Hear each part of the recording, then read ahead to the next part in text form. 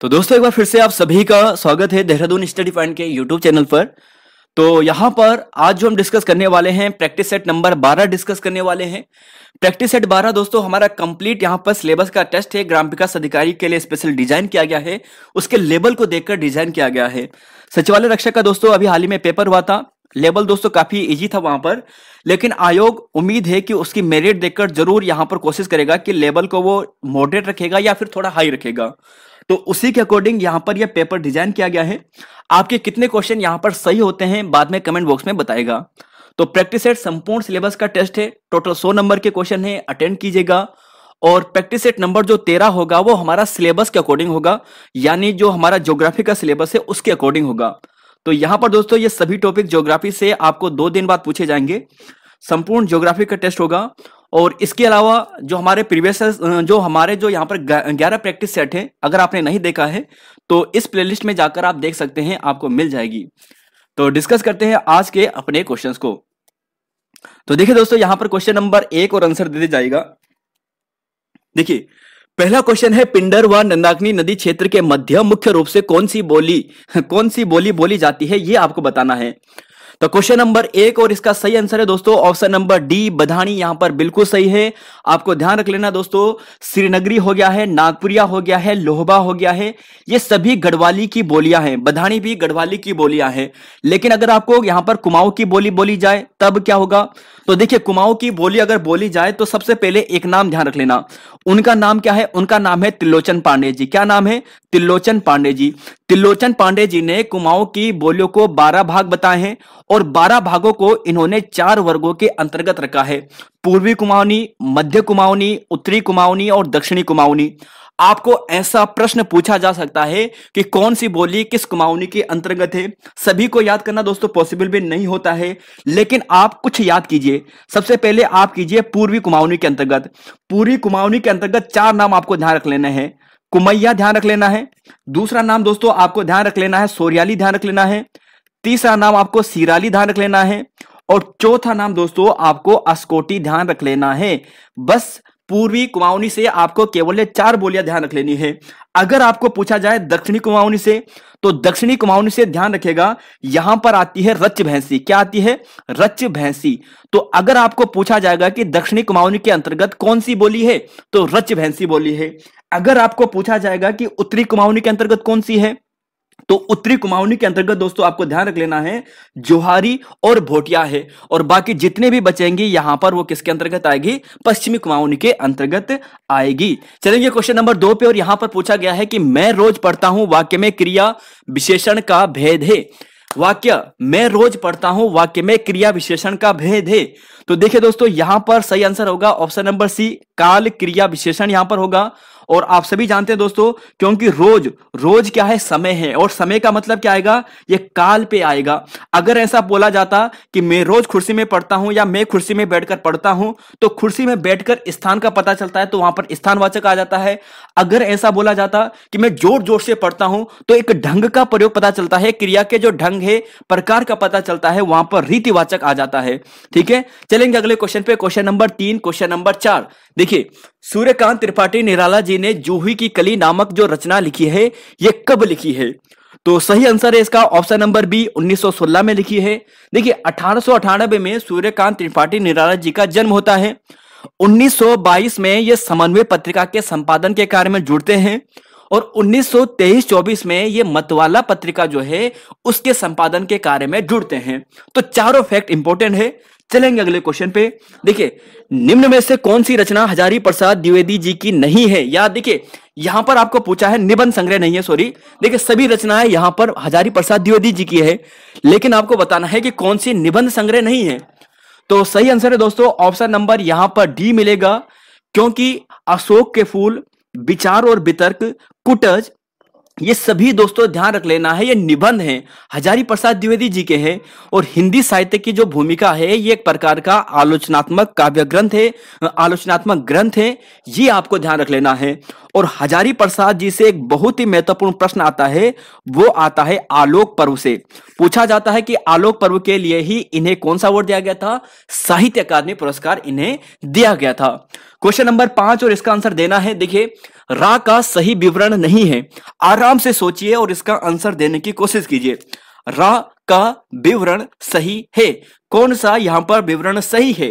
तो देखिए दोस्तों, अगर इसके आंसर की अगर हम बात करेंगे, आई होप आप इसका आंसर दे देंगे, लेकिन थोड़ा समय लेंगे। देखिए इसका सही आंसर आपको मिलेगा ऑप्शन नंबर सी। अब कैसा है यहां पर देखिए, सबसे पहले तो आप सभी जानते हैं कि जब हम लुंठित वर्ण की बात करते हैं तो लुंठित में रा वर्ण आता है, पार्श्विक में आता है यहां पर ला वर्ण। तो रा क्या है? लुंठित वर्ण है। तो एक पॉइंट हमारा क्लियर हो गया है। दूसरा पॉइंट यहां पे पूछा है, देखिए यहां पर बात करते हैं अल्प महा में। तो देखिए दोस्तों, अल्प महा में जो अल्प होते हैं ना, या रा ला वा, तो ये सभी अल्प के अंतर्गत आते हैं। तो रा भी किसके अंतर्गत आएगा? अल्प के अंतर्गत आएगा। तो इसका मतलब ये पॉइंट भी हमारा क्लियर हो गया है। तीसरी बात होती है सघोष अघोष की। सघोष अघोष की, तो जो शुरुआत के दो होते हैं ना, जो हमारे पहला और दूसरा जो अक्षर होता है, का खा है ना, चा छा, वो क्या होते हैं? अघोष होते हैं। और बाकी सभी सघोष होते हैं पीछे वाले, जो पिछले तीसरे चौथे पांचवे वाले होते हैं। और या रा ला वा और हा, ये वाला आप यहां पे देखिए, यह भी सघोष के अंतर्गत आते हैं। तो रा फिर यहां पे कौन से उसमें आ गया है? ये सघोष के अंतर्गत आ गया है। 3 पॉइंट क्लियर हो गए हैं। अब जो वत्स्य व्यंजन है दोस्तों, ये रा वत्स्य व्यंजन भी होता है। आप इस शब्द को ध्यान रखेगा, सजरल, सजरल।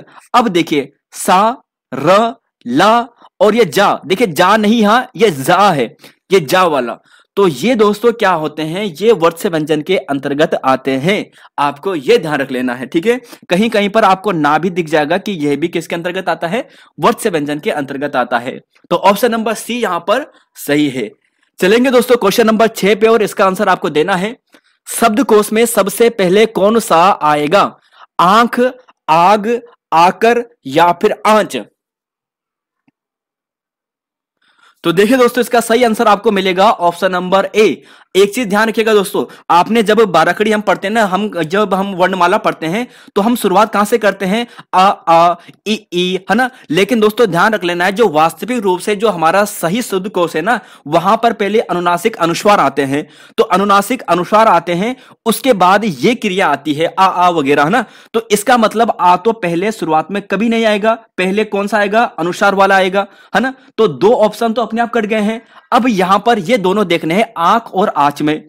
तो देखिए आंख में देखोगे तो आ के बाद खा आएगा, खा का कर्म पहले होता है ना, बिल्कुल खा का कर्म पहले है, तो ये शब्दकोश में पहले आएगा।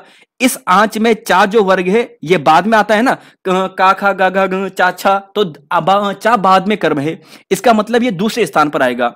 तो यहां पर दोस्तों ये यहां पर कर्म होगा, आपको ध्यान रख लेना है। क्वेश्चन नंबर यहां पर 7 पे चलते हैं। आकाश शब्द का विशेषण होगा। आकाश शब्द का सही विशेषण दोस्तों आकाशीय होगा। क्या होगा? आकाशीय होगा। और यहां पर सुनिए दोस्तों, आकाश अगर आपको पूछा जाए भारत का यहां पर विशेषण क्या होगा, तो भारतीय होगा। गुलाब का विशेषण क्या होगा? गुलाबी होगा। ईश्वर का विशेषण क्या होगा? ईश्वरीय होगा। तो ये आप लगा देना। अगर चमक की बात करें तो चमकीला इसका विशेषण होता है। अर्थ का आर्थिक होता है। अग्नि का विशेषण कई बार एग्जाम में आ चुका है, आग्नेय होता है। और उपन्यास का विशेषण आपको पूछा जाए तो औपन्यासिक होता है।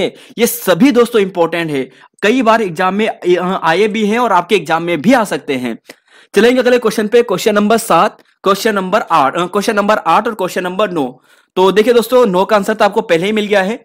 तो कौन सा शब्द सदैव स्त्रीलिंग होता है? तो आप कहोगे जी मकड़ी जो है वो सदैव स्त्रीलिंग होता है, ठीक है। अब यहां पर देखिए कुछ प्राणीवाचक शब्द सदैव स्त्रीलिंग में होते हैं, जैसे तितली, कोयल, दीमक, मकड़ी, मक्खी, मैना, मछली, गिलहरी। तो फिर से सुनिए, तितली, कोयल, दीमक, मकड़ी। तितली, कोयल, दीमक, मकड़ी, और ये सभी क्या है? ये सदैव स्त्रीलिंग में प्रयोग होते हैं।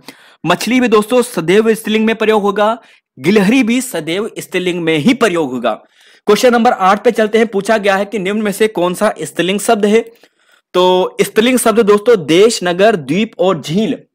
तो देखिए दोस्तों कितनी बड़ी झील है, कितना बड़ा झील है, तो ऐसा तो नहीं बोलते कितनी बड़ी झील है, बड़ी बोलते ना, तो मतलब कितना होगा यहां पर दोस्तों, यहां पर डी यहां पर होगा। झील क्या है? स्त्रीलिंग शब्द है। और ध्यान रखिएगा दोस्तों, झील स्त्रीलिंग शब्द है। यहां पर आप देखोगे जो पर्याय होते हैं ना पुल्लिंग शब्द, जैसे देश, नगर, रेगिस्तान, द्वीप, पर्वत, समुद्र, सरोवर, पाताल, यानी जो भौगोलिक जल और स्थल आदि जो अंश होते हैं ना, ये पर्याय क्या होते हैं, ये पुल्लिंग होते हैं। लेकिन कुछ अपवाद है। पृथ्वी स्त्रीलिंग होती है, झील स्त्रीलिंग होती है, घाटी क्या होती है, स्त्रीलिंग होती है। तो क्वेश्चन नंबर 8 और 9, क्वेश्चन नंबर 10 पे चलते हैं, क्वेश्चन नंबर 11 पे चलते हैं और दोनों का आंसर आप दीजिएगा। मुंडो नौ कपाल। देखिए मुंडो नौ कपाल ये कुमाऊनी लोकोक्ति है। इसका अर्थ आपको बताना है कि इसका मतलब क्या होगा। मुंडो नौ कपाल, मुंडो को नौ कपाल नामक लोकोक्ति का अर्थ क्या है। तो सुनिए दोस्तों, इसका जो सही आंसर है ना, ये है ऑप्शन नंबर सी, घुमा फिराकर एक ही बात कह देना। अब जो कुमाऊनी है या फिर जो गढ़वाली है ना, वो समझ चुके होंगे कि यहां पर ऐसा क्यों होगा। देखिए मुंडो मतलब क्या होता है, मुंड मतलब सिर, और कपाल का मतलब क्या होता है, कपाल का मतलब भी सिर ही होता है ना। तो नो का मतलब क्या होता है, नो, तुम्हारा नो क्या अच, तो नो बोलते हैं नो का मतलब नाम। अब यहां पर यह बोल रहा है कि मुंडो नो कपाल, मुंड का नाम कपाल है, मतलब इसका मतलब तो यही होगा कि उसी को वही बताकर कर रहा है बात। तो घुमा फिराकर वही बात कहना इसका सही शब्द है। ध्यान रखिएगा दोस्तों। अब यहां पर कुछ ऐसे भी और लोकोक्ति है जो आपको यहां पर जाननी जरूरी है। देखिए अगर सचिवालय रक्षा में आपको गढ़वाली लोकोक्ति पूछी गई है, शायद आगे भी पूछी जाए, और ये बहुत बड़ा दोस्तों व्यापक रूप होता है। लेकिन जो आपके सिलेबस में है, यानी जो बिनसर बुक में हमारे पास दिए गए हैं, जो यहां पर आपका जो यहां पर जो बलूदी सर की बुक है वहां पर दिए गए हैं, तो वहां पे से कुछ आपके लिए रखे हैं।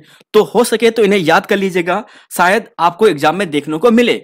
देखिए अकलक अगर बात करें, अकलक उम्रक भेंट न होणु, मतलब अकल और उम्रक यानी उमर, भेंट यानी मुलाकात न होणु। तो इसका मतलब यहां पर यह है इस लोकोक्ति का कि बुद्धि और आयु एक साथ नहीं आते हैं। अकलक उम्रक भेंट न होणु मतलब अकल और उम्र दोनों की भेंट एक साथ नहीं होती है, एक साथ नहीं आती है। दूसरा है भारी भरम की स्थिति, कितला को नाग और बिरला को बाघ। मतलब देखिए कितला, अब देखिए जो गढ़वाली है कुमाऊनी है, उन्होंने देखा होगा कि जब बरसात का टाइम होता है तो एक केंचुआ टाइप का होता है जो बार बार क्या होता है, कितला होता है ना, एक छोटा सा यहां पर होता है कितला। देखा होगा किसी ने तो बताएगा कमेंट बॉक्स में। तो छोटा सा ऐसा पक्षी होता है, छोटा सा ऐसा यहां पर वो होता है, कीट होता है जो सांप जैसा दिखाई देता है ना। तो उसी को कहते हैं कितला। और नाग यानी उसे क्या संज्ञा दे रहे हैं, नाग की संज्ञा दे रहे हैं। कितला को नाग और बिरला को बाघ, यानी घुमा फिर, यानी इसका मतलब ये हो गया कि भारी भ्रम की स्थिति, भ्रम की स्थिति में डालने की बात कर रहे हैं। जबकि मतलब इस लोकोक्ति का मतलब यह है, अधमरी विद्या जीवन काल, अधूरी विद्या जीवन के लिए दुखदायी होती है। इसका मतलब यह है। क्वेश्चन नंबर 11 पे चलते हैं। हिंदी शब्दकोश में सबसे पहले कौन सा आएगा। अब दीजिए आंसर दोस्तों, इसका क्या आंसर आएगा। तो देखिए दोस्तों, सब में री है तो बिल्कुल यहां पर यह आएगा, और सही आंसर इसका बी आएगा। और क्यों आएगा, देखिए वृक्ष की बात करते हैं, री री री री सब में है। एक बार जूम कर लेता हूं आपके लिए, शायद आपको साफ दिखे। यहां पर देखिए री। अब छा की बात करते हैं। देखिए छा को दोस्तों यहां पर आप सभी जानते हैं कि छा को क और शा के रूप में लिखते हैं। क्या लिखते हैं, क और शा के रूप में लिखते हैं। और हिंदी वर्णमाला में गा से पहले, णा से पहले, णा से पहले क्या आएगा, का आता है। तो बिल्कुल यहां पर जो वृक्ष है ना, ये यहां पर आगे आएगा, क धन श धन आ। आपको ऐसा भी पूछा जाता है कि शा किससे मिलकर बना है, तो क धन श धन आ से मिलकर बना है। तो ऑप्शन बी यहां पर सही है। Question number 12, question number 13। देखिए खद्योत का अर्थ क्या होता है, खद्योत का। तो देखिए दोस्तों, खद्योत का अर्थ होता है जुगनू। क्या होता है, जुगनू। खद्योत का जो पर्यायवाची शब्द है ना, ये जुगनू है, ध्यान रख लेना। क्वेश्चन नंबर 13 है कि कौन सा शब्द कटाक्ष का पर्यायवाची नहीं होगा। व्यंग्य करना, आक्षेप करना, छींटाकशी करना, आलोचना करना।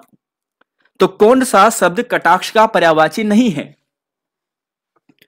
तो राइट आंसर है दोस्तों ऑप्शन नंबर बी। देखिए व्यंग्य करना, आक्षेप और छींटाकशी सभी का अर्थ निकलता है कटाक्ष की ओर। आलोचना दोस्तों कैसे भी हो सकती है। आलोचना का मतलब यहां पर होगा, ये आलोचनात्मक पॉजिटिव भी हो सकती है, नेगेटिव भी हो सकती है, ध्यान रख लेना। तो ऑप्शन बी यहां पर सही है। ये जो पेपर है ना, ये आपको यूकेपीएससी ने अभी हाल ही के एग्जाम में पूछा था, वहीं से ये क्वेश्चन पिकअप किया है। क्वेश्चन नंबर 14 है, हाथों हाथ मुहावरे का अर्थ क्या होगा। तो हाथों हाथ यानी जल्दी जल्दी। तो यहां पर दोस्तों यह होगा कि बहुत जल्दी, इसका सही आंसर आएगा। अंबर पनघट में डुबो रही है, ऊषा घट नागरी वाला जो अलंकार है, यहां पर कौन सा होगा।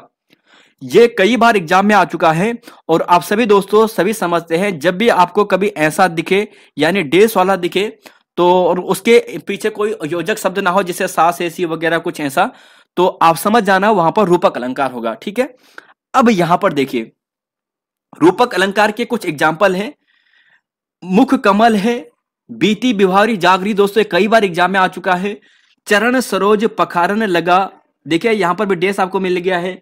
उदित उदयगिरी मंच, यहां पर भी डेस आपको दिख गया है ना। तो ये ज्यादातर क्या होते हैं, रूपक अलंकार के भेद होते हैं। एक रूपक अलंकार के ये कुछ एग्जाम्पल है। उदित उदयगिरी मंच पर, चरण सरोज पखारन लागा, बीती बिहारी जागरी, मुख कमल है। तो ये रूपक अलंकार के दोस्तों कुछ एग्जाम्पल है, एक बार पढ़ लीजिएगा, क्या पता फंस जाए। आलपिन किस भाषा का शब्द है, बताइएगा। आलपिन किस भाषा का शब्द है?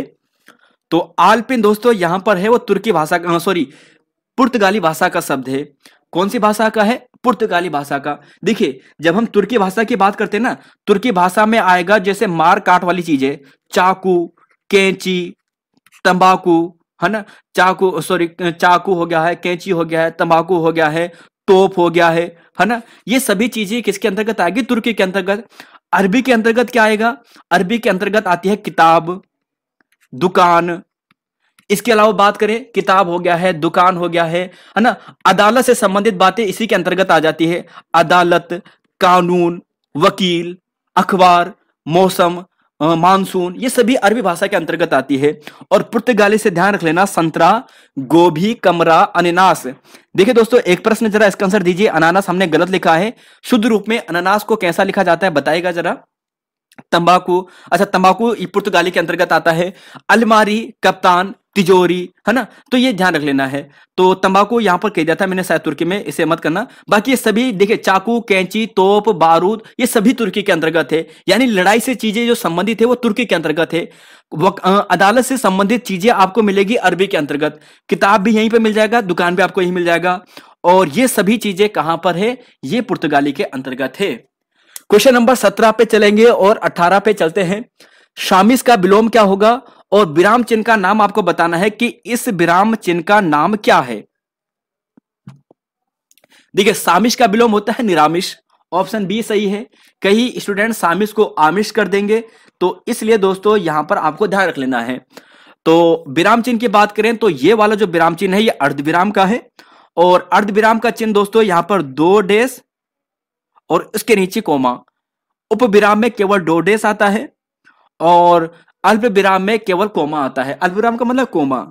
तो यहां पर यह था। चलेंगे अगले क्वेश्चन पे, 19 और 20। अगला क्वेश्चन है, अशुद्ध शब्द का चयन कीजिए।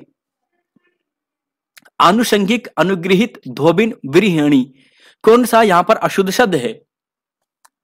तो जी हां दोस्तों, आप कहोगे ऑप्शन नंबर डी गलत है। विरहिणी नहीं होता है दोस्तों, ये होता है विरहिणी।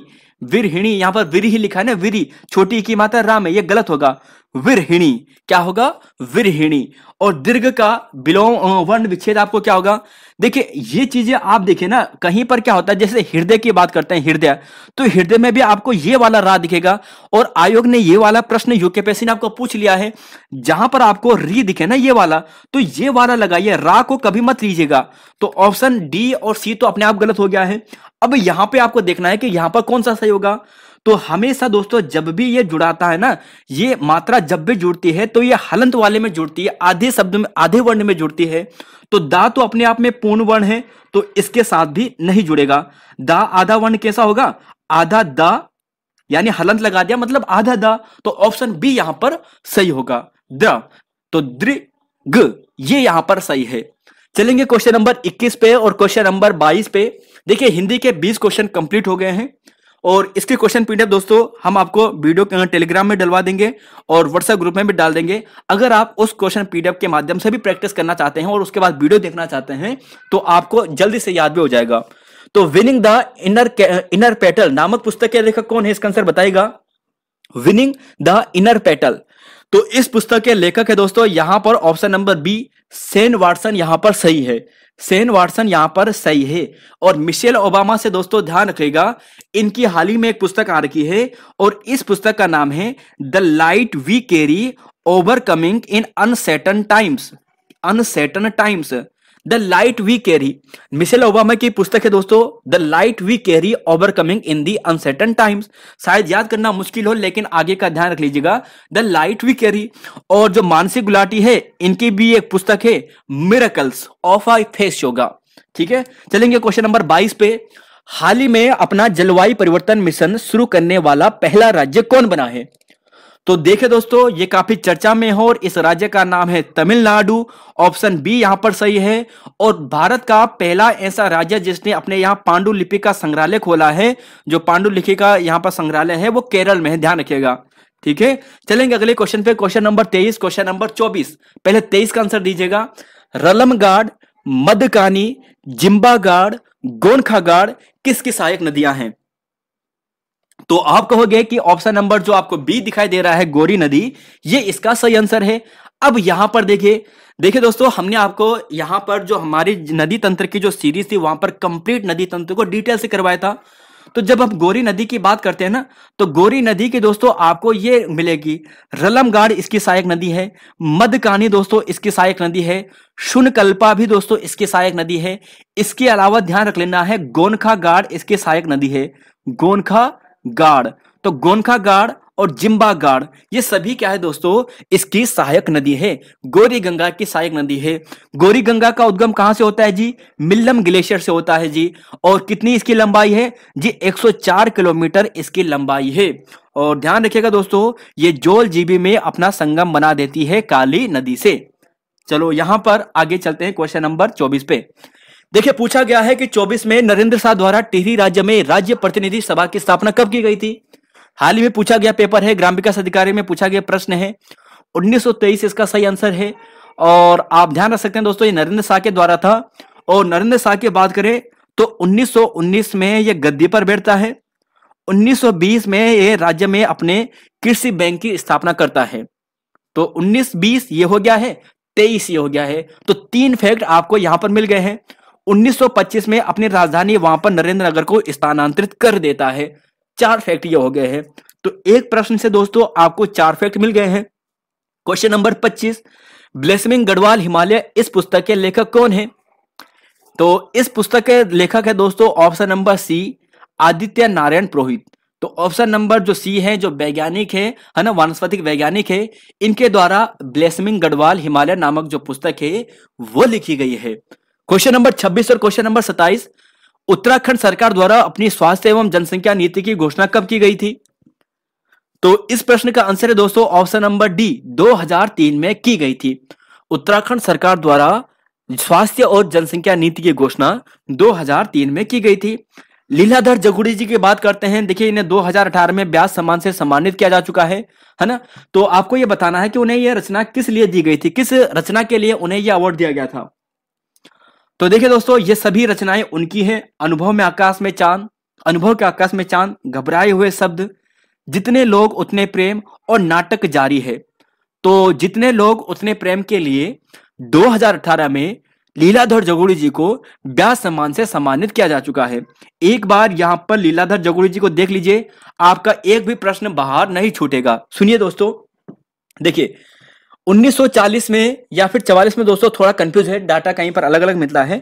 1940 या 44 में धनखड़ गांव टिहरी में इनका जन्म होता है। 2018 में जितने लोग उतने प्रेम के लिए इन्हें व्यास सम्मान से सम्मानित किया जाता है। रचनाओं की बात करते हैं तो यहां पर आप देखोगे, शंखमुखी शिखरों पर, नाटक जारी है, इस यात्रा में रात अभी भी मौजूद है और बची हुई पृथ्वी, ये सभी रचनाएं इनकी हैं। और घबराए हुए शब्द, भय भी शक्ति देता है, अनुभव के आकाश में चांद, साहित्य अकादमी 1997। मतलब जो अनुभव के आकाश में चांद है ना, इसके लिए 1997 में इन्हें साहित्य अकादमी पुरस्कार दिया गया था। तो लीलाधर जगुड़ी जी से आपका एक भी प्रश्न बाहर नहीं छूटेगा। वंदे मातरम गीत का कुमाऊं भाषा में अनुवाद जय जय माई जन्मभूमि धन्य धन्य तुम किसने करवाया था? तो आप कहोगे कि ऑप्शन नंबर जो सी है, यानी हरिराम त्रिपाठी, ये सही आंसर है। 1906 में दोस्तों इन्होंने करवाया था। और सबसे छोटा गिटार बनाकर वर्ल्ड रिकॉर्ड किसने बनाया था? लिम्का बुक में अपना नाम दर्ज कराया था। क्वेश्चन नंबर 29 का, राज्य के व्यक्ति हैं और इनका नाम है उपाध्याय जी, प्रकाश चंद्र उपाध्याय जी। तो ऑप्शन नंबर यहां पर बी सही है। देखिए क्वेश्चन नंबर 30 है दोस्तों, आपको आंसर बताना है। कुछ राजा हैं और उनकी रानियां हैं। अब ये देखना है कि कौन सी रानी उनकी संरक्षिका नहीं थी। फतेहपति की बात करते हैं तो रानी कटोची, पृथ्वीपति की रानी कर्णावती, प्रदीप शाह की कनक देई और कीर्ति शाह की रानी नेपालिया। तो जी हां, आप कहोगे कि ऑप्शन डी गलत है, क्योंकि कीर्ति शाह की जो यहां पर जो संरक्षिका थी ना, उनका नाम था रानी गुलेरिया और उन्हीं को रानी कुंदन देई के नाम से भी जानते हैं। क्वेश्चन नंबर यहां पर 31 की बात करते हैं। धरातल पर जहां सर्वप्रथम भूकंप का अनुभव किया जाता है उस स्थान को क्या कहते हैं? तो धरातल पर जहां पर सर्वप्रथम भूकंप को अनुभव किया जाता है उस स्थान को कहते हैं, तो उस स्थान को कहते हैं यहां पर अधिकेंद्र, एपिसेंटर उसे कहते हैं। देखिए दोस्तों, जैसे यहां पर भूकंप उत्पन्न हुआ है, तो जहां पर भूकंप उत्पन्न होता है उस स्थान को कहते हैं फोकस, ठीक है। और जहां पर सबसे पहले भूकंप को अनुभव किया जाता है उस स्थान को कहते हैं एपिक सेंटर, हिंदी में उसी को कहते हैं अधिकेंद्र। और जब भूकंप उत्पन्न होता है तो रेडॉन गैस होती है ना, ये स्वभावतः क्या होती है, फैलने लग जाती है उस स्थान पर, तो रेडॉन गैस यहां पर आती है। दूसरा, यहां पर जब भूकंप आता है तो 3 तरंगे आती है, PSL, प्राइमरी, सेकेंडरी और लैंगिट्यूड वाली, है ना। तो ये वाली 3 तरंगे यहां पर उत्पन्न होती है। तो क्वेश्चन नंबर 31 का ये हो गया है। सिस्मोग्राफ तो दोस्तों आप सभी जानते हैं कि भूकंप मापी यंत्र है और रिक्टर स्केल पर पैमाना होता है जिसमें यह मापा जाता है। और हाल ही में 7.8 रिक्टर स्केल का भूकंप कहां पर आया था? ये आया था तुर्की में, और तुर्की में ही हमने दोस्ती, जो यहां पर ऑपरेशन दोस्ती था, वो चलाया था। क्वेश्चन नंबर 32 की बात करते हैं। संयुक्त राष्ट्र मानव विकास परिषद का गठन कब होता है? तो ये होता है जी 15 मार्च 2006 को। 15 मार्च 2006 को संयुक्त राष्ट्र मानव विकास परिषद का गठन होता है। संगम तमिल साहित्य विद्वानों कवियों के संघ का समर्थन प्राप्त था। अब ये दक्षिण भारत के कुछ राज्य हैं। अब ये बताना है जो संगम है, देखिए संगम क्या है पहले यही पूछा जाता है। तो ये तमिल साहित्य विद्वानों का एक यहां पर संगोष्ठी हुआ करती थी, है ना। तो आपको यह बताना है कि किस राजा का इन्हें समर्थन प्राप्त था। तो देखिए दोस्तों, जो पांड्य राजा थे ना, इनका इन्हें समर्थन प्राप्त था। और इनके अगर आपको अध्यक्ष पूछे जाए, इनकी आपको मीटिंग पूछी जाए कि प्रथम कहां पर हुई थी, सेकंड कहां पे हुई थी, थर्ड कहां पे हुई थी, तो ये इनके कर्म है। पहली मीटिंग मदुरई में होती है, अगस्त्य या फिर अगतियर इसके अध्यक्ष बनते हैं। दूसरी मीटिंग कपाटपुरम में होती है और अगस्त्य या फिर तोलकप्पियम इसके अध्यक्ष होते हैं। और तीसरी दोस्तों फिर मदुरै में होती है और नकरीर यहां पर अध्यक्ष बनते हैं।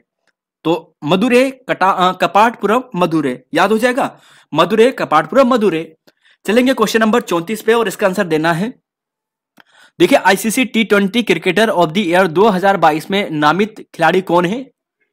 तो जिसे क्रिकेटर ऑफ द ईयर चुना गया है T20 का, तो ये है सूर्य कुमार यादव, ठीक है। और शुभमन गिल को दोस्तों अभी हाल ही में कौन सा वो दिया गया है?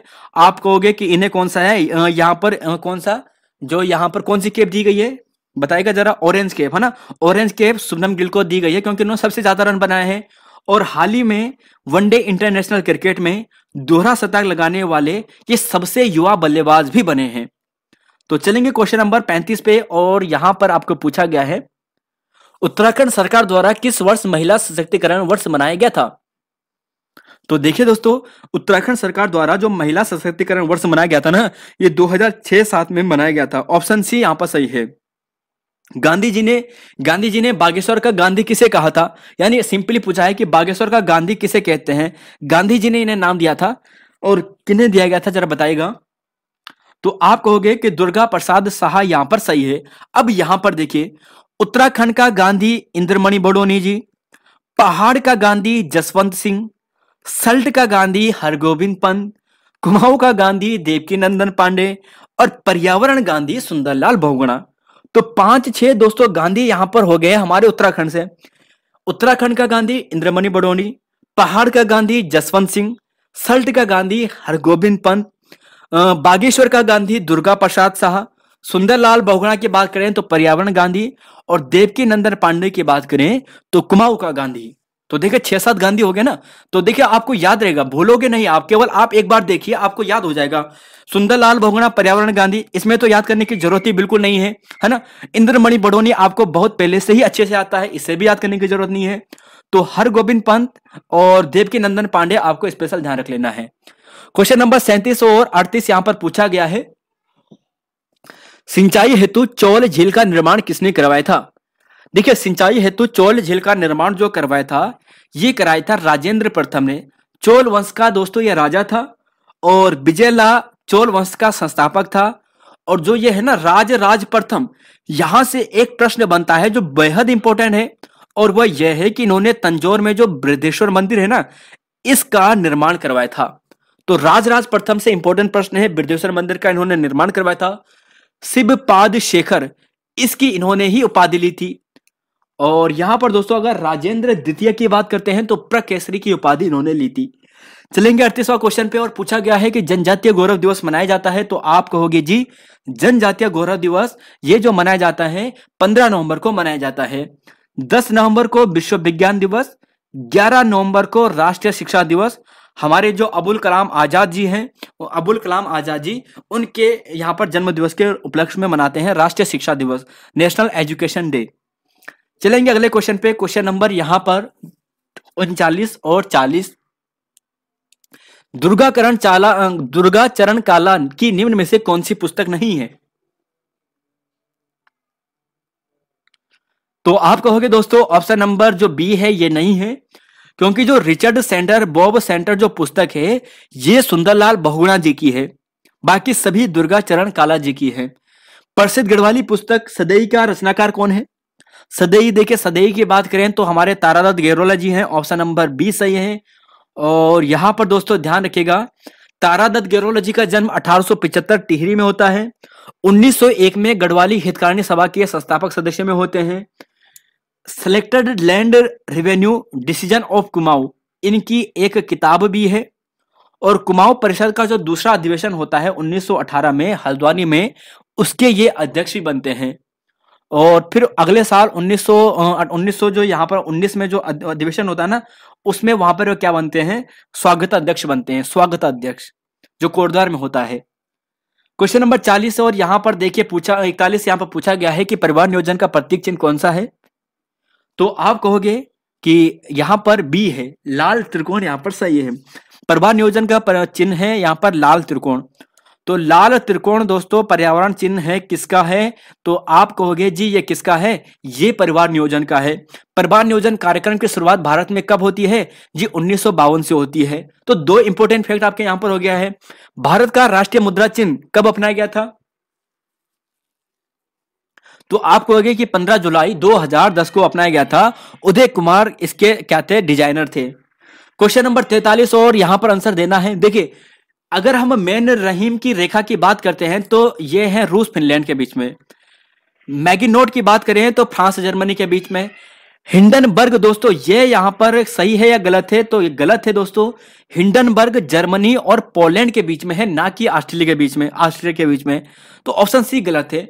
और 141 पश्चिमी देशांतर जो रेखा है ना, ये अलास्का और कनाडा को जो अलग करती है। आपने देखा होगा जब हम अमेरिका की बात करते हैं ना, कुछ ऐसा है ना, उल्टा बकरा टाइप का है। और यहां पर क्या है, ये है अलास्का वाला क्षेत्र। तो यहां पर जो ये रेखा अलग करती है ना, यहां पर कनाडा को, तो ये रेखा कौन सी है? 141 पश्चिमी देशांतर रेखा। हंसा मनराल को देवभूमि लाइफ टाइम अचीव अवार्ड कब दिया गया था? तो आप कहोगे कि जो 2015 में इन्हें ये दिया गया था। ऑप्शन नंबर बी यहां पर सही है, ठीक है। और देखिए हंसा मनराल की जब हम बात करते हैं तो भारोत्तोलक से संबंधित है, यानी वेट लिफ्टिंग से संबंधित है। 2001 में इन्हें क्या दिया गया था? द्रोणाचार्य अवार्ड से सम्मानित किया गया था। और 2015 में इन्हें तीसरा देवभूमि लाइफ टाइम अचीवमेंट पुरस्कार से सम्मानित किया गया था, यानी तीसरे नंबर पे था। क्वेश्चन नंबर 45, भारत में कंप्यूटर नीति की घोषणा कब होती है? तो भारत में कंप्यूटर नीति की घोषणा 1984 में होती है। ऑप्शन नंबर ए यहां पर सही है। क्वेश्चन नंबर 46, क्वेश्चन नंबर 47, देखिए 46 की बात करते हैं। डोलड्रम क्षेत्र कहा जाता है, देखिए ज्योग्राफी का प्रश्न है, डोलड्रम क्षेत्र किसे कहा जाता है? तो डोलड्रम क्षेत्र, तो देखिए दोस्तों, डोल ड्रम क्षेत्र कहा जाता है भूमध्य रेखा के 10 डिग्री उत्तरी और दक्षिणी अक्षांश को। मतलब जो हमारी यहाँ पर भूमध्य रेखा है, यानी जो हमारी ये भूमध्य रेखा है इसका 10 डिग्री तक, ठीक है, यानी 5 डिग्री ऊपर 5 डिग्री नीचे तक ये मनाया जाता है, ये होता है। एक बार इसे देख लीजिए, यहां पर आपका क्लियर हो जाएगा सारा डाउट। ये देखिए, जो विषुवत रेखा आप यहां पे देख रहे हैं ना, विषुवत रेखा, तो यहां से 5 डिग्री ऊपर 5 डिग्री नीचे यहां पर कौन सी रेखा, कौन सा यहां पर होता है, निम्न दाब यहां पर होता है, और इसी को डोलड्रम कहते हैं, सबसे कम दाब होता है। अगर 30 से 35 डिग्री नॉर्थ की बात करते हैं तो उपोष्ण कटिबंधीय अश्व अक्षांश, तो अश्व अक्षांश कहां पर आपको पूछा जाएगा, तो आप ध्यान रखोगे 30 से 35 डिग्री नॉर्थ में और 30 से 35 डिग्री साउथ में। तो ये चीजें दोस्तों ध्यान रखेगा, और 35 से 65 तक पछवा पौने चलती हैं और नॉर्थ में भी और साउथ में भी। तो इस फिगर को याद कीजिएगा, एक बार देखिएगा अच्छे से। चलेंगे अगले क्वेश्चन पे, क्वेश्चन नंबर 47 और 48। देखिए, पंचायती राज संशोधन अधिनियम 2019 विधानसभा से कब पारित हुआ? तो आप कहोगे जी ये 2019 में होता है, जून 2019 में होता है। और राज्य मानवाधिकार आयोग के वर्तमान अध्यक्ष कौन है उत्तराखंड के? तो वह है दोस्तों विजय कुमार बिष्ट। ऑप्शन सी यहां पर सही है। राज्य मानवाधिकार आयोग के वर्तमान जो अध्यक्ष हैं वो विजय कुमार बिष्ट हैं। और जुलाई 2011 में मानवाधिकार आयोग का वर्तमान में इसकी स्थापना होती है, लेकिन जो कार्य करना ये शुरू करता है ये 13 मई 2013 से करता है। तो ऑप्शन में जो भी आए उसी के अकॉर्डिंग प्रश्न का आंसर देना। क्वेश्चन नंबर 49 से कुछ देश हैं और कुछ राजधानियां हैं, आपको बताना है कौन सा सुमेलित नहीं है। तो सेशल्स दोस्तों, विक्टोरिया राजधानी बिल्कुल सही है। पेरू की राजधानी लीमा सही है। बारबोडास की बात करें तो ब्रिज टाउन यह भी सही है। स्कोपजे दोस्तों यहां पर नहीं है, यह मैसेडोनिया की है। नाइजीरिया की राजधानी अबुजा आपको मिलेगी, ऑप्शन डी गलत है। अबुजा राजधानी है नाइजीरिया की। क्वेश्चन नंबर 50 की बात करते हैं। एससीओ फिल्म फेस्टिवल का आयोजन कहां पर किया गया था? एससीओ फिल्म फेस्टिवल का आयोजन देखिए हाल ही में दोस्तों भारत एससीओ की यहां पर अभी 2023 में क्या कर रहा है, अध्यक्षता कर रहा है। तो इससे पहले यहां पर फिल्म फेस्टिवल होता है। तो फिल्म फेस्टिवल का आयोजन कहां पे होगा? मुंबई में होगा। अब आपको यहां पर क्या क्या ध्यान रख लेना है, देखिए ध्यान दोस्तों आपको यह रखना है कि जो एससीओ की जो फॉरेन मिनिस्टर की जो बैठक हुई है ना, ये 4 से 5 मई 2023 को हुई है। और कहां पर हुई है जी? गोवा में हुई है। तो 4 से 5 मई 2023 को जो फॉरेन मिनिस्टर है, विदेश मंत्री है, इनकी बैठक गोवा में होती है। एससीओ की बात करें तो 15 जून 2001 को इसकी स्थापना होती है। बीजिंग चीन में इसका हेडक्वार्टर है। सदस्य देश दोस्तों चीन, भारत, कजाकिस्तान, किर्गिस्तान, रूस, पाकिस्तान, तजाकिस्तान और उज्बेकिस्तान। तो 8 देश इसके संस्थापक सदस्य हैं। और पर्यवेक्षक देश की बात करें, बेलारूस, ईरान और मंगोलिया, ये इसके पर्यवेक्षक देश हैं। तो क्वेश्चन नंबर 250 का right answer option number D. अच्छा, अब है 51, 52, इसका आंसर दीजिएगा। देखिए सोल्व करने की कोशिश कीजिएगा दोनों क्वेश्चन को। क्वेश्चन नंबर 51 को काफी अच्छे लेवल का क्वेश्चन है, आंसर दीजिएगा। काफी अच्छा क्वेश्चन है दोस्तों। 13, 16, 52, 15, 24, 90, 23, 36। तो यहां पर आपको बताना है इसका सही आंसर क्या होने वाला है। तो देखिए दोस्तों, इसका जो यहां पर सोल्व करने की बात करें ना, तो यहां पर इसका जो सही आंसर आएगा वो आएगा 207। कैसे आया? आई होप आपने सोल्व कर दिया होगा, ट्रिक मालूम होगी। तो यहां पर दोस्तों इन्होंने ऐसा किया है 13 मल्टीप्लाई, ठीक है, किससे मल्टीप्लाई? जो भी यहां पर बीच वाला नंबर है इससे 4 से डिवाइड कर दो। तो 16 को 4 से डिवाइड करोगे तो 4 आएगा। और 13 चक्कू यहां पर कितना आएगा? यहां पर 52 आएगा। तो पहला ऐसा हुआ। फिर यहीं पर सेम ऐसा होगा, इस वाले को यहां पर 4 से डिवाइड करो, कितना आएगा? तो आप कहोगे कि जी यहां पर 6 आएगा, है ना। तो 6 यहां पर आ गया है। और 15 छक्कर कितना होता है? 90 होता है। तो सेम यहां पर दोस्तों ऐसा ही आएगा, और आपको 4 से डिवाइड करना है तो 9 आएगा। और 9 को 23 से मल्टीप्लाई करोगे तो कितना आएगा? 207 आंसर आ जाएगा। तो क्वेश्चन नंबर 51 का right answer option number A. Question number 52 की बात करते हैं कि notes on the prevailing cost of Garhwal के लेखक कौन है? तो देखिए इसका सही आंसर आपको मिलेगा ऑप्शन नंबर यहां पर डी, गंगादत्त उप्रेती। गंगादत्त उप्रेती दोस्तों यहां पर notes on the prevailing cost of Garhwal पुस्तक के लेखक हैं। Question number 53, question number 54, answer दोनों इसका दोस्तों आपको इसका देना है। तो देखिए दोस्तों, यहां पर इसका सही आंसर आपको मिलेगा यहां पर भोटिया जनजाति से। देखिए, भूमो हो गया है, प्रश्योमा हो गया है, बुढ़ानी हो गया है, ये एक सामाजिक त्योहार है। देखिए, भूमो में क्या होता है कि जब छोटा बच्चा जन्म लेता है ना, तो उसके लगभग जब 3 महीने बाद या कुछ भी, जब बच्चा क्या करता है, पहली बार खाना खाता है, तो उसे जो पहली बार जो कपड़े पहनता है ना, तो उसमें नए कपड़े जब पहनाने की शुरुआत होती है, तो वो भूमो त्योहार कुछ ऐसा है।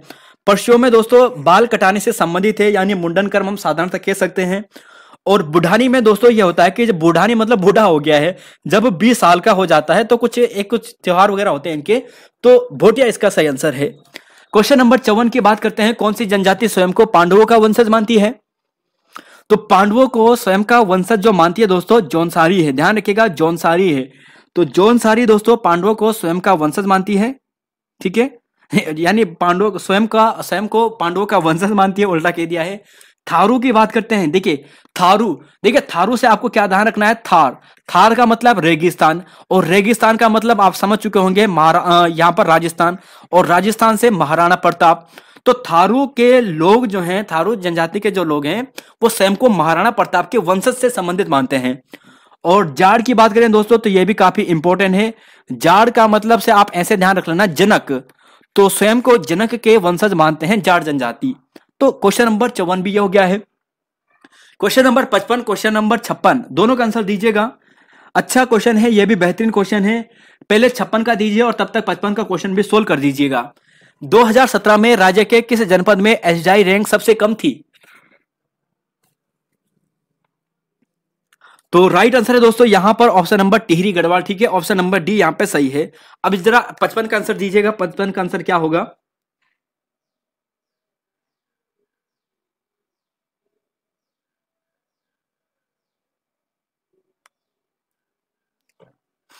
देखिए दोस्तों, यहां पर जो हुआ ना, यहां पर जो लाइन कही है ऐसे में गई है, ठीक है। अब देखिए यहां पर उन्होंने क्या किया है कि जैसे 23 है ना, 23 बीच वाला नंबर है, जो पहले वाले ऊपर ऊपर वाले हैं इनका क्या किया है, रूट किया है ना। 25 का रूट कितना होता है? 5 होता है जी। 23 में से अगर आप 5 घटाओगे तो कितना आएगा? 18 आएगा। तो पहली कहानी यहां पर यह है। फिर दूसरे की बात करते हैं 41 वाले की। तो 41 को हमने ऐसे लिख दिया है। 64 का रूट कितना होता है? आप कहोगे कि 8 8 64, यानी 64 का जो वर्गमूल होता है वो 8 होता है। तो 41 में से अगर आप 8 माइनस करोगे तो कितना आएगा जी? आप कहोगे कि 33 आएगा, है ना। तो ऐसे दोस्तों यहां पर होगा 81 का वर्गमूल कितना होता है? 9 होता है। तो 38 में से आप 9 माइनस करोगे तो आंसर आपका आएगा 29। तो ऑप्शन नंबर बी यहां पर सही है। क्वेश्चन नंबर 56 का right answer option number D Tehri Garhwal है। यहां पर देखिए दोस्तों, देखिए अगर आपको पूछा जाएगा कि एचडीआई रैंक में 2017 में भारत की रैंक कितनी थी, पहली बार उत्तराखंड की रैंक कितनी थी, क्योंकि ये पहली बार लाया गया था, तो 0.718 थी। सबसे ज्यादा एचडीआई रैंक 2017 में देहरादून का था, फिर हरिद्वार का था, ठीक है। और सबसे कम यहां पर टिहरी गढ़वाल और फिर चंपावत का। चलेंगे क्वेश्चन नंबर 57 पे और क्वेश्चन नंबर 58 पे। राष्ट्रीय अर्थव्यवस्था 2022-23 के अनुसार देश में सर्वाधिक योगदान किस क्षेत्र का है? तो जी आप कहोगे ऑप्शन नंबर बी, यानी जो भी स्टूडेंट ऑप्शन नंबर बी कहेगा तो वो गलत हो जाएगा, क्योंकि ऑप्शन सी दोस्तों सही है। केंद्र में सर्वाधिक जो योगदान आपको मिलने वाला है ये तृतीय क्षेत्र का मिलेगा। यहां पर देखिए 2022-23 में प्राथमिक क्षेत्र का योगदान 20.96% है। राष्ट्रीय की बात कर रहे हैं।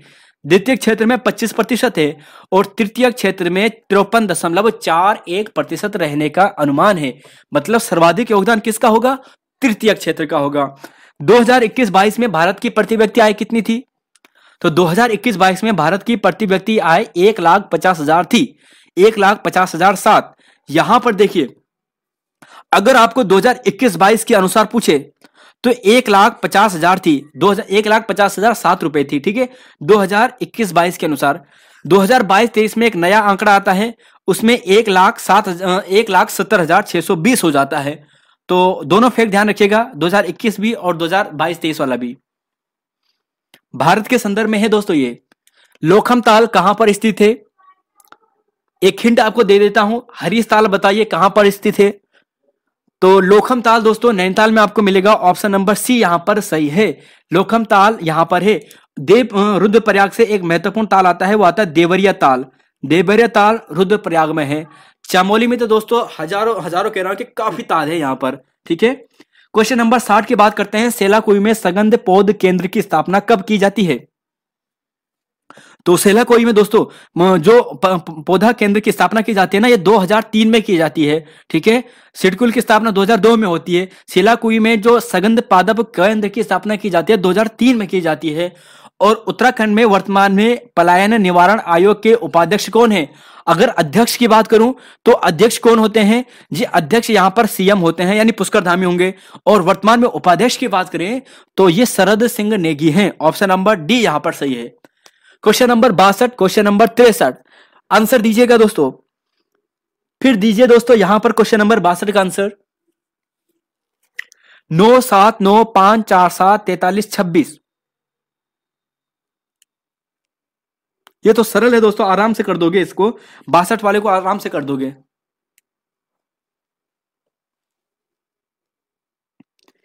तो जी हाँ दोस्तों, यहां पर देखिए सबसे पहले उन्होंने क्या किया है, 9 का मल्टीप्लाई 5 में हो रखी है, कितना होता है?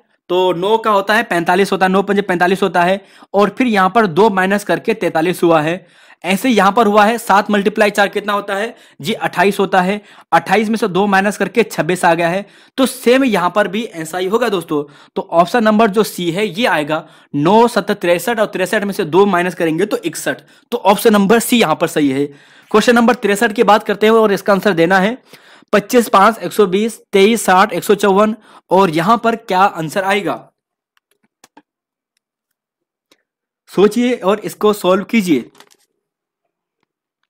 देखिए रीजनिंग में थोड़ा समय ले सकते हैं, 1 मिनट का समय ले सकते हैं, 2 मिनट का भी समय ले सकते हैं। तो देखिए दोस्तों यहां पर जो सॉल्व हुआ है ना वो ऐसा हो रखा है। देखिए 25 मल्टीप्लाई 5 कितना हो गया है? 125। और 125 में इसी नंबर से माइनस कर दो, कितना आएगा? 120। ऐसे यहां पर देखिए, यहां पर अगर आप देखोगे, सॉरी यहां पर 60 आ रखा है क्या? सॉरी सॉरी सॉरी दोस्तों, यहां पर प्रश्न में थोड़ा सा मिस्टेक है, माफी चाहेंगे। इस प्रश्न को डिलीट कर दीजिएगा। यहां पर ये 6 नहीं है दोस्तों, यहां पर 7 है, ठीक है, 7 है, 7। अब यहां पर इसे सोल्व करना है। तो 23 मल्टीप्लाई 7 तो कितना आएगा? 7 या 21 और 7 दूना 14 15 16, यानी 161 आ गया है। और 161 में अगर आप 7 माइनस करोगे तो 154 आ जाएगा। तो सेम दोस्तों यहां पर यही तरीका लगना था। और आपका जो आंसर यहां पे बनेगा वो 13 बनने वाला है। तो 6 की जगह में दोस्तों 7 था, यहाँ पे 60 की जगह में यहाँ पे 7 था। बाकी ये प्रश्न थोड़ा, अब कोई बात नहीं, कॉन्सेप्ट हो जाएगा क्लियर। क्वेश्चन नंबर 64 और 65, पर्वतीय कला केंद्र की स्थापना मोहन उपेती द्वारा दिल्ली में किस वर्ष की गई थी? तो सबसे पहले पर्वतीय कला की स्थापना मोहन उपेती ने की थी। कहां पे की थी जी? दिल्ली में की थी। कब की थी? 1968 में की थी। पलायन रिपोर्ट 2022-23 के अनुसार सर्वाधिक पलायन किस वर्ग में हुआ है? देखिए दोस्तों नई पलायन रिपोर्ट आ रखी है ना, तो उसके अनुसार आपको मिलेगा 26 से 35 साल तक की आयु वालों वर्ग ने सर्वाधिक पलायन किया है। जल संग्रहण के आधार पर सबसे बड़ा बांध कौन सा है? जल संग्रहण के आधार पर टिहरी डैम पे दोस्तों मत ले जाना। जल संग्रहण के आधार पर सर्वाधिक जो बड़ा डैम है वो कोठार डैम है, ठीक है, कोठार डैम है। क्वेश्चन नंबर 67 आंसर दीजिएगा। अंडर 17 महिला फीफा विश्व कप 2022 की विजेता कौन रहे हैं? तो देखिए under 17 FIFA world cup Bharat में आयोजित किया गया है। और भारत में आयोजित कराने के बाद इसके जो विजेता रहे हैं वो स्पेन रही हैं, ठीक है, स्पेन रहा है और भारत में आयोजन करता था। क्वेश्चन नंबर 68 और 69 और 70, मशद प्रथा का आरंभ किस गुरु द्वारा किया गया था? मशद प्रथा का शुरुआत मशंद। तो देखिए दोस्तों पूछा गया प्रश्न है यूपीएससी का, ये प्रश्न है गुरु अमरदास। दोस्तों यहां पर सही है। बीरबल का वास्तविक नाम क्या था? बीरबल का जो वास्तविक नाम था ये महेश दास था। ऑप्शन सी यहां पर सही है, ठीक है। ग्वालियर में इनके यहाँ पर उनका ग्वालियर में इनका यहाँ पर वो मिलेगी समाधि वगैरह। औरंगजेब किस यंत्र को बजाने में माहिर था? तबला तो आप हटा दोगे, बेंजो भी आप हटा दोगे, सितार और बीड़ा में आप कंफ्यूज होगे। तो कैसे याद करोगे? औरंगजेब, बा का मतलब बीड़ा। तो ऑप्शन सी यहां पर सही है। क्वेश्चन नंबर यहां पर चलेंगे 71। क्वेश्चन नंबर 72 देखिए, राष्ट्रीय क्राइम ब्यूरो द्वारा जारी आंकड़ों के अनुसार लूट चोरी की गई वस्तुओं के बरामदी करने में उत्तराखंड का कौन सा स्थान है? 71वां क्वेश्चन। तो आप कहोगे जी पहला स्थान है option number D, DNA printing एवं डायग्नोस्टिक केंद्र कहां पर स्थित है? डीएनए प्रिंटिंग केंद्र, फिंगर प्रिंटिंग। तो देखिए दोस्तों ये हैदराबाद में आपको मिलेगा, ऑप्शन नंबर सी यहां पर सही है।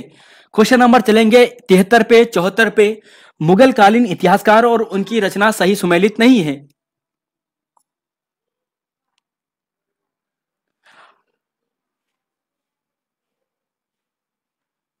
तो आप देने वाले हैं दोस्तों आंसर क्वेश्चन नंबर 73 का, ऑप्शन नंबर डी। क्योंकि देखिए ताजुल मासिर की बात करते हैं ना, तो ताजुल मासिर तो हसन निजामी ने लिखी है, तो ऑप्शन नंबर डी तो गलत हो जाएगा। और सबसे कम शिशु लिंगानुपात की बात करें तो चंपावत में आपको मिलेगा। देखिए वैसे अगर सबसे कम लिंगानुपात की बात करें ना तो वो आपको मिलेगा पिथौरागढ़ में, लेकिन यहां पर आपको पूछा गया है कि निम्न ऑप्शन में से, है ना, निम्न जनपदों में से, तो निम्न जनपदों में तो यहां पर पिथौरागढ़ ऑप्शन में है ही नहीं, तो दूसरा जो नंबर है वो है चंपावत का, ठीक है। और सबसे ज्यादा है यहां पर अल्मोड़ा में। ग्लूकोज किसका एक प्रकार है जरा बताइएगा? ग्लूकोज, ग्लूकोज देखिए ग्लूकोज दोस्तों एक प्रकार है, वो है हेक्सो शर्करा का, ऑप्शन नंबर सी यहां पे सही है। सभी मूल बलों में सर्वाधिक कमजोर कौन सा है? सर्वाधिक मूल बलों में सर्वाधिक जो शर्करा है वो है हेक्सो शर्करा, ऑप्शन नंबर सी सही है। और सॉरी सर्वाधिक मूल बलों में सर्वाधिक जो कमजोर है वो विद्युत स्थितिक बल है। देखिए विद्युत स्थितिक बल आप अपने आप कर दोगे, ये किस में होता है? जो हमारी सेल होती है ना, बैटरी वगैरह होती है, तो वहां पर यह बल होता है, और वह बल दोस्तों सबसे कमजोर होता है, ठीक है। जब तक उसमें थोड़ा सा चार्ज रहेगा तभी तक वो आपको थोड़ा पकड़ रखेगा, हल्का सा हटाओगे वो हट जाएगा। तो स्थिर वैद्युतिक बल में सबसे कम कमजोर बल होता है, ठीक है। क्वेश्चन नंबर 76, 77, देश का पहला फन संरक्षण केंद्र कहां पर स्थापित किया गया है? तो दोस्तों इसका आंसर आपको मिलेगा ऑप्शन नंबर डी, रानीखेत में किया गया है। रानीखेत में देश का पहला फन संरक्षण क्षेत्र को स्थापित किया गया है। तुमड़िया डैम कहां पर स्थित है? तुमड़िया डैम, तुमड़िया डैम, तो तुमड़िया डैम आपको मिलेगा उधम सिंह नगर में, ध्यान रखिएगा उधम सिंह नगर में। सितंबर 12, 2021 को कालिका वन क्षेत्र रानीखेत में इसे स्थापित किया गया था, जो हमारा फन संरक्षण केंद्र है। और उधम सिंह में ये फीका नदी में मिलेगा, काशीपुर में आपको मिलेगा। क्वेश्चन नंबर 78 और 79, आंसर दीजिए दोस्तों 78, 79 का। डाक टिकट है और सुमेलित नहीं है। मोनाल 75, बुरांस 77, ब्रह्मकमल 82, कस्तूरी मृग गलत, क्योंकि ये 1900 आपको मिलेगा 72 में। देखिए आपको कहां से याद करना है? पहले ही आप करो कस्तूरी मृग से, 72, 1972, ठीक है। 72 + 3 75, 75 + 2 77, 72 75 77, 72 75 77, कस्तूरी मृग, मोनाल, बुरांस, KMB, ऐसे आप याद करो, ठीक है। कंबू याद करो, कंबू, नहीं तो आप ब्रह्मकमल से कंफ्यूज हो जाओगे। कंबू 72 75 77, ठीक है। चलेंगे अगले क्वेश्चन पे। 79, लोक संस्कृति दिवस का मनाया जाता है।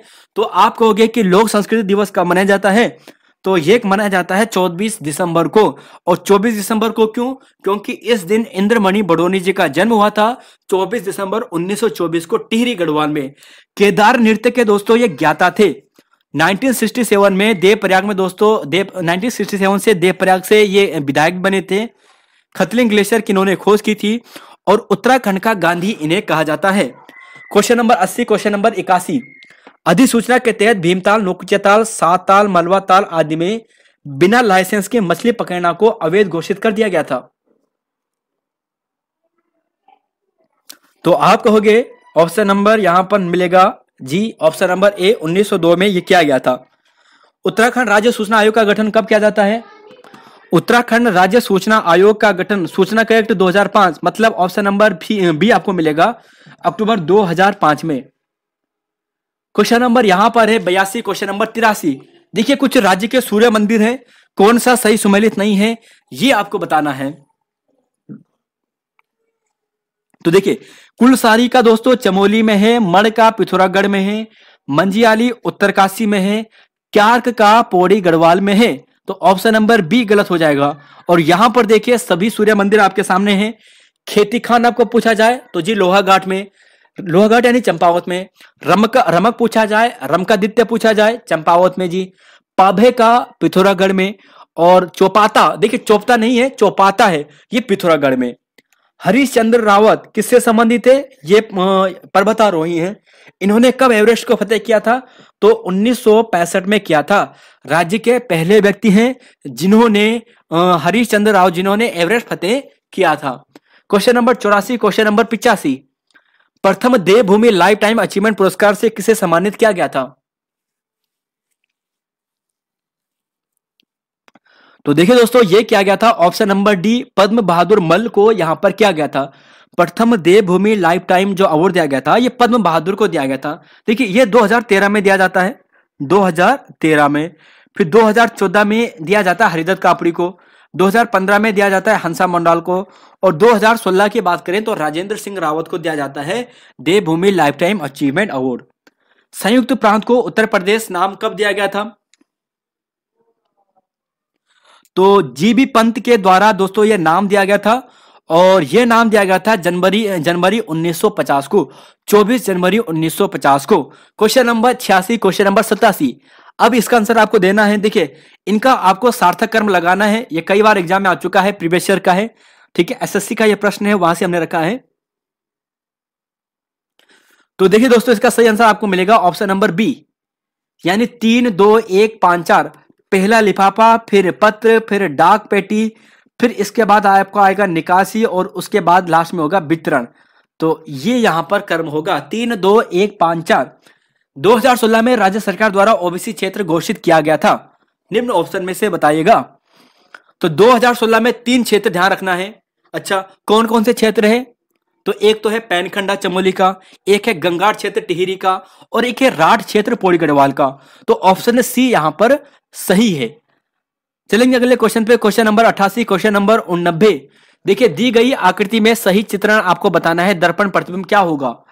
इसका दर्पण प्रतिबिंब आपको बताना है।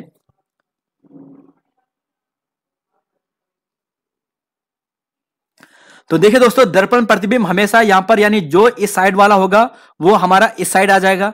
तो यानी अगर हम बात करें तो इसको यहां पर, इसको क्या करो दो, इसको यहां पर पलट दो, यानी इस दिशा में से पलट दो, और पलटोगे तो आपको मिलेगा ये वाला। ऑप्शन बी यहां पर सही होगा, ठीक है। बाकी सेम दर्पण में सेम होता है, केवल बाएं से दाएं चले जाता है, ठीक है। क्वेश्चन नंबर 89 की बात करते हैं। बचेंद्र पाल ने एवरेस्ट फतेह कब किया था? बचेंद्री पाल ने एवरेस्ट फतेह किया था 23 मई 1984 को, 23 मई 1984 को। ऑप्शन नंबर बी यहां पर सही है। चलेंगे अगले क्वेश्चन पे। क्वेश्चन नंबर यहां पर है 90, क्वेश्चन नंबर है 91। इसका आंसर दोस्तों आपको देना है। अब आपको बताना है कि कौन सा विकल्प आकृति में निहित है। देखिए ये आकृति आपको दिखाई दे रही है। अब आपको यह बताना है कि निम्न में से कौन सा चिन्ह है दी गई आकृति के अंतर्गत है 90 का।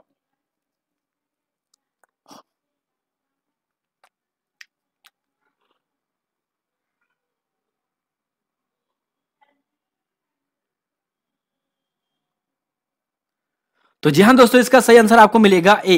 देखिए कहां से होगा, आप अगर आप यहां पे देखोगे ना, ये, फिर ये, फिर ये, और ये, और उसके बाद यहां पर ये वाला, है ना। तो ये वाला कर्म आपको साफ यहां पे दिख जाएगा। तो यानी यहां पर ये वाला दोस्तों आपको ऑप्शन ए यहां पर सही होगा, बाकी सभी गलत हैं। क्वेश्चन नंबर, गढ़वाली चित्रकारी पर सर्वाधिक प्रभाव किस क्षेत्र का था, किस शैली का था? तो आप कहोगे कि मथुरा शैली तो सबसे पहले हटाओ जी, फिर आप कहोगे कि गांधार शैली भी हटाओ जी, तीसरा आप कंफ्यूज हो गए मुगल शैली में और कांगड़ा शैली में। तो सही आंसर है दोस्तों ऑप्शन डी, कांगड़ा शैली यहां पर सही आंसर है। चलेंगे 92 क्वेश्चन पे और 93 क्वेश्चन पे। उच्च न्यायालय के न्यायाधीश का पेंशन भारित होता है किस पर? तो देखिए अगर आपको पूछा जाएगा वेतन भत्ते, वेतन भत्ते, तो वेतन भत्ते आपको पूछा जाएगा तो यह होता है भारित राज्य की संचित निधि पर। अगर पेंशन की बात कर दिया जाए तो पेंशन जो भारित होता है वो संचित निधि पर होता है, लेकिन भारत की संचित निधि पर होता है, ठीक है। तो ऑप्शन ए यहां पर सही आंसर होने वाला है। क्वेश्चन नंबर 93, 16वीं जनगणना के लिए नए आयुक्त कौन बनाए गए हैं? देखिए जो 16वीं जनगणना हो रही है इसके नए आयुक्त कौन से हैं? तो आप कहोगे जी यहाँ पर डॉक्टर विवेक जोशी जी यहाँ पर सही है। जो 15वीं जनगणना हुई थी उसके आयुक्त थे यहाँ पर सी चंद्रमौली। 1872 में पहली जनगणना लॉर्ड मेयो के काल में, 1881 में नियमित जनगणना लॉर्ड रिपन के काल में। ये कई बार आपने पढ़ रखा है। पंकज कुमार बिष्ट क्या है, वर्तमान में नए एसए के उपाध्यक्ष हैं। अमर सिंह प्रीत की बात करते हैं तो ये वायुसेना के नए उपप्रमुख बनाए गए हैं। चलेंगे यहां पर, देखिए यहां पर 94 95। उत्तराखंड राज्य में स्थित लोकसभा सीट से संबंधित प्रथम सांसद सुमेलित नहीं है। देखिए सभी प्रथम की बात करते हैं ना, तो राइट आंसर है दोस्तों ऑप्शन नंबर सी। आपको ध्यान रख लेना है, गढ़वा सीट से सबसे पहले भक्त दर्शन जी थे, अल्मोड़ा टिहरी सीट से राजलक्ष्मी जी थी और नैनीताल से सी डी पांडे जी थे। क्वेश्चन नंबर 95 की बात करते हैं, पद्मश्री पाने वाले उत्तराखंड के प्रथम वैज्ञानिक कौन थे? तो जी हाँ, नीलांबर पंत जी थे। 1984 में इन्हें पहले व्यक्ति हुए, राज्य के पहले वैज्ञानिक व्यक्ति हुए जिन्हें पद्मश्री से सम्मानित किया जा चुका है। शिव जी के अंग पूजन के संदर्भ में सही मिलन नहीं है, बताइएगा कौन सा नहीं होगा 96 में?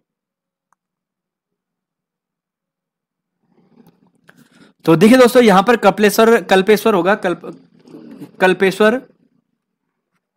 कपिलेश्वर, ठीक है, ये गलत होगा, कल्पेश्वर होता है। और पीठ की नहीं होती है दोस्तों, यहां पर जो ये होती है ना, ये जटाओं की होती है। मुख की पूजा होती है रुद्रनाथ में, भुजा की होती है तुंगनाथ में, और नाभि की बात करें तो मध्य महेश्वर में। क्वेश्चन नंबर 97, क्वेश्चन नंबर 98 फिर रीजनिंग वाले क्वेश्चन है। 9-10 क्वेश्चन आज रीजनिंग के हैं, जैसा सिलेबस आपका है सेम टू सेम। 9 7 48, 12 5 44, 8 13 और नया क्या होगा? बताइएगा रिक्त स्थान में क्या आने वाला है?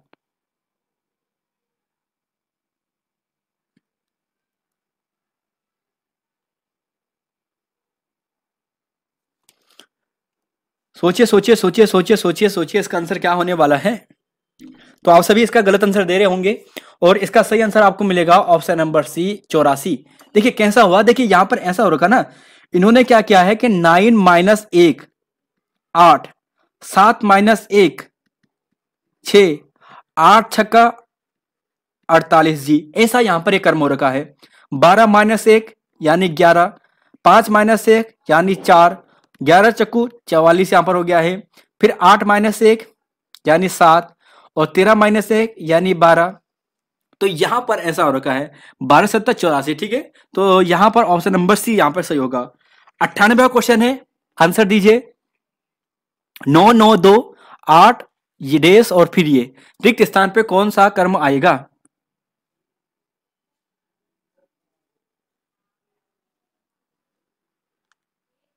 सोचिए इसका आंसर क्या होने वाला है। क्वेश्चन नंबर 98 का सही आंसर क्या होने वाला है? काफी अच्छा ये प्रश्न है, बहुत ही बढ़िया प्रश्न है और अच्छे लेवल का प्रश्न है, आंसर आपको देना है।